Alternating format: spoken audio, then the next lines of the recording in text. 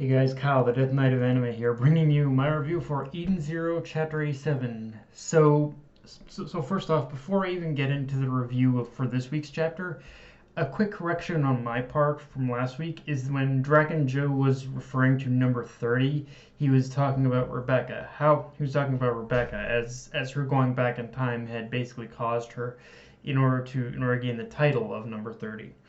However, the interesting thing to glean there is that it reveals to us that each time Rebecca uses her power, assuming this is the case, then each time she uses her power, the model number of whatever she is increases. So the big question we have to ask now is what would happen if she turns back time enough where her model number reaches 100? That's honestly the $1,000,000 question that needs to be answered. Have and it is an intriguing, assuming she does even like, because okay, so yeah, having said that, there's a chance, a very slim chance, mind you, that nothing could happen and I'm overthinking it. But one thing I have also learned from Eden Zero's up to this point is that Mashima has gotten a lot more meticulous with the details of the story, and I doubt he would make Rebecca go from being model number 29 to model number 30 without reason, or in general just building up to something. So it's gonna have so it has so yeah, I think the big question we have to ask ourselves is if Rebecca ends up mastering her powers and using them enough time to where she gains the title of model number 100, what's going to happen at that point? Or hell, maybe not even 100, just like in any kind of random, like for 3-digit number, like what's going to happen at that point? The best thing I'm thinking right now is that if it ever gets to a point where Rebecca uses her power for the 100th time, it's probably going to like awaken the true nature of her powers. That's the only thing I can gather right now, but whatever that may be. But yeah, so yeah, big question. Obviously, I think we need to ask going forward is what's gonna happen. What's gonna happen when she does that for the 100th time? Um, so okay. So with that said, man, oh man, was this chapter all kinds of hype. Just from the setup alone of seeing Witch, Ivory, Hermit, and Homura engage Yeoman 4 in battle, and that pretty much alone got me really excited. But then good old Majima decides to up the ante with the battle dress requips. And then the hype, and it's at that point where we see the four Starshines like basically don their battle dresses, where the hype really started pumping through my adrenaline. Like I was like, yes, give me that shit. Like I was so like I'll be honest, this chapter really hyped up a lot, and I was there for all of it. Like I was like, yes, Mashima, give that shit to me. Like I don't know why, there's just something about this chapter that really made me way more excited than I have been in for any other chapter up to this point. Um, it's also through moments like this that we're already where it's also through like just a moment like that where you can already tell that unlike last time, this is turning into a whole new ball game. Whole new ball game with just with the fact that the LN4 and the four Starshines are going to engage in a battle 4-on-4 with each other. I will admit one minor detail or one minor complaint with the requips for me on an aesthetic level is that Homura's battle dress is just kinda average compared to the other three, but that could largely be because Rebecca is human compared to the other three who are androids, and obviously their battle dresses would look a lot more like, I guess, badass just in the mechanical sense, I guess. But hers is good. It's just it doesn't look as like, I guess, flashy as the other three do. Um, Also, just on a general level, I really love how this is the first time we're seeing the four Starshines fighting together. Like every time before, it's pretty much always been like the four Starshines like engaging in a one-on-one with certain characters. but here they're basically all together. So we're gonna get to see just the true nature. I think with this we're gonna be able to get like the true nature of what the Starshines can do as a team, what they can do as a group together. And the one that and okay, Hermit especially was when it comes to the four Starshines and them like battling the element four. Hermit especially was the part of the chapter that took me the most by surprise, just from how much legitimate ass she was kicking, and I loved it.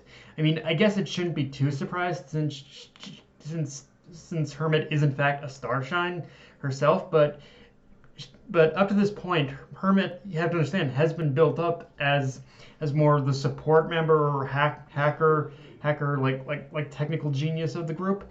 So to see her throw down was surprisingly epic. Like seeing her, we already seen what the other three can do, but seeing her fight, that was kind of epic. I'm not gonna lie. Like I'm like, okay, Hermit, you can kick some ass. I like it. I like it a lot.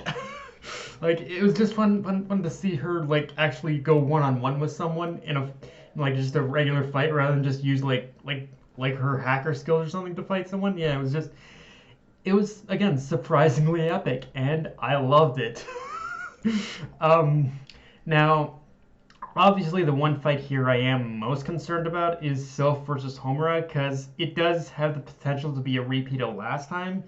But on the other hand, with the other Starshines being here, the only thing that Homura has to really worry about is learning to think more outside the box and hopefully not repeat the same mistakes as last time, which, again, I think it's probably more than likely not going to happen with basically with all four of them like teaming up together to beat the element four, which yeah, I think that's the one thing for sure I can definitely glean from this whole from the excitement of seeing the four Starshines and the Element Four face off is that there's some potential for a lot of good combo combat and just seeing how each one how the Element Four and the Element Four work off each other and how the four Starshines work off each other. It's going to be a really interesting dynamic with that specific fight, and I could not be like more excited to see where specifically it goes.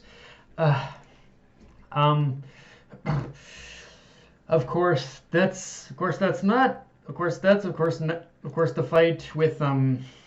fight with the setup of the fight with the Element Four and the four Starshines isn't even where the hype ended though, because we also see Shiki using his power to put up a whole barrier around the ship and deflect the missiles, allowing them to land safely, which it was epic. But the only thing that would have made that better is if we could have seen like when Shiki and Weiss use their power in conjunction with each other. But yeah, just seeing Shiki like use his whole barrier, use the like put a whole barrier around the ship. That in itself it shows it was epic as hell, and it could, with this development, it could be Mashima like giving us a very first step towards towards this time of Shiki managing to like awaken his overdrive power, and I think that alone is kind of Mashima's way of giving us that very first step. And from here, it's really just a matter of what else is going to be that's going to allow him to, in order to awaken his overdrive power. Like, I hope it's at least built up in a natural way, so to speak, beyond this point. Hopefully, it's not going to be like Rebecca gets killed or something like that. That's my only concern. I hope it's not going to be like he sees Rebecca like get shot or something and he ends up. That's the one thing I hope doesn't happen, but we'll see.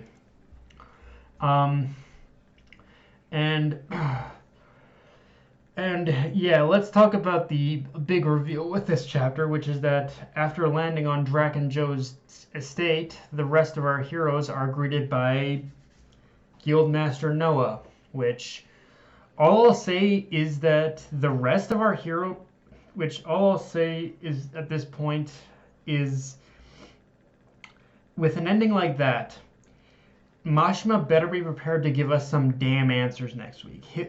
Hell, go for broke and lay everything on the table, including who the fuck Noah really is, because he's up to this point, he's basically far from being just a guild master. He has to be like a black market dealer or something along those lines. Otherwise, he wouldn't be like in Dragon Joe's compound right now. Or at like and that's like, I guess, worst case scenario.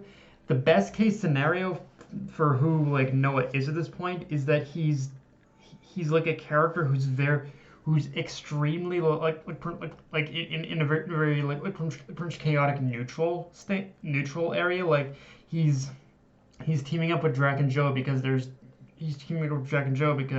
Dragon Joe has resources in order to accomplish something that needs to be accomplished, and Rebecca is part of that equation too. Like there's we definitely need some answers. That much is certain for sure.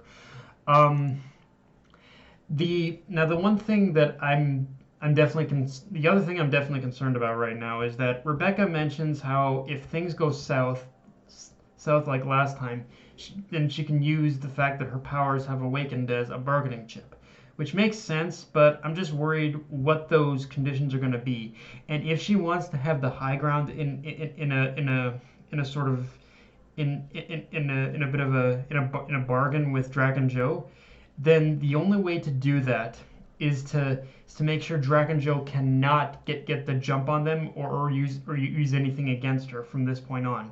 Like from here on, Rebecca and the others, they have to, from here to the point they confront each other, they have to make sure that he has nothing to bargain with. And part of that could mean that could also mean probably for like if Sabir and Weiss end up meeting again, Weiss is probably going to have to deny that they know each other for now. That's probably one thing for sure. But yeah, guys, that's my review. If you enjoyed the video, like, comment, subscribe. Follow me on Twitter, Facebook, and list to Crunchyroll. Death Knight of Anime, signing off. Later, guys.